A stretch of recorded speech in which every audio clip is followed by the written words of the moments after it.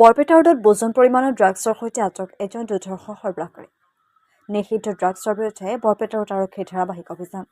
আজি বৰপেটা ৰোড থানাৰ ভাৰপ্ৰাপ্ত আৰক্ষীৰ বিষয়া শ্যামলজ্যোতি শইকীয়াৰ নেতৃত্বত যি আৰক্ষীৰ দলে গোপন সূত্ৰৰ পম খেদি স্থানীয় ৰাজ্যৰ সহযোগত ওজন পৰিমাণৰ ড্ৰাগছৰ সৈতে হাবিবুল ৰহমান নামৰ এজন ৩২ বছৰীয়া যুৱকক আটক কৰিবলৈ সক্ষম হৈছে। ধৃত ড্ৰাগছ সৰবৰাহকাৰী হাবিবুল ৰহমানৰ ঘৰ বৰপেটা ৰোডৰ মণিপুৰ গাঁৱত আৰু দেউতাকৰ নাম মৃত হজৰত আলী। জানিব পৰা মতে ধৃত হাবিবুল বৰপেটা ৰোড ৯ নং ৱাৰ্ডৰ পাইকাৰী পাচলি বজাৰত ড্ৰাগছ বিক্ৰী কৰিবলৈ আহিছিল। যুৱকজনৰ প্ৰতি ৰাইজৰ সন্দেহ হোৱাত বৰপেটা ৰোড আৰক্ষীক খবৰ দিয়াত ঘটনাস্থলীত বৰপেটা ৰোড আৰক্ষী উপস্থিত হৈ ৰাইজৰ সহযোগত হাবিবুল নামৰ ড্ৰাগছ সৰবৰাহকাৰীজনক আটক কৰিবলৈ সক্ষম হয়। উক্ত অভিযানত আৰক্ষীয়ে ২.৩ গ্ৰাম নিষিদ্ধ ড্ৰাগছৰ উপৰিও এটা মোবাইল ফোন, নগদ ৩,২৮০ টকাৰ প্লাষ্টিকৰ ২৯টা খালী কণ্টেইনাৰ জব্দ কৰিবলৈ সক্ষম হৈছে।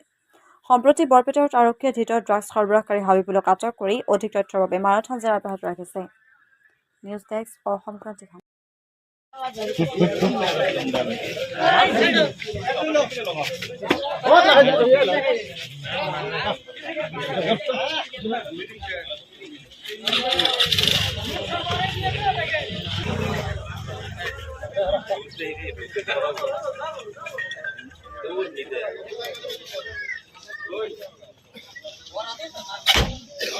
ড্ৰাগছ ধৰা পৰিছে।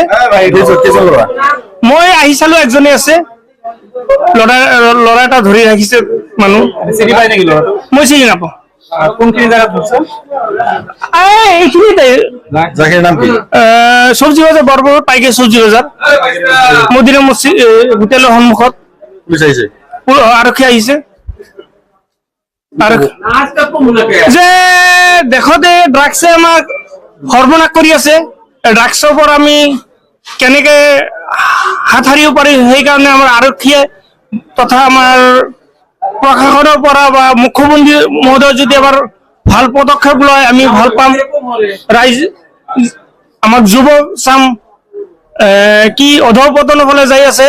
এই ড্ৰাগছে আমাক বহুত ক্ষতি কৰি আছে। ড্ৰাগছৰ ফলত দেশত চুৰি ডকাতি এইবিলাকো বৃদ্ধি পাই আছে। অশেষ অশেষ ধন্যবাদ পুলিচক ইয়াৰ ধৰাৰ কাৰণে। আগন্তুক দিনতো যাতে আৰু আৰক্ষীয়ে ভাল ভাল মানুহ এইবিলাক ধৰিব কাম কৰিব পাৰে, তাৰ কাৰণে মই ধন্যবাদ জনাইছো।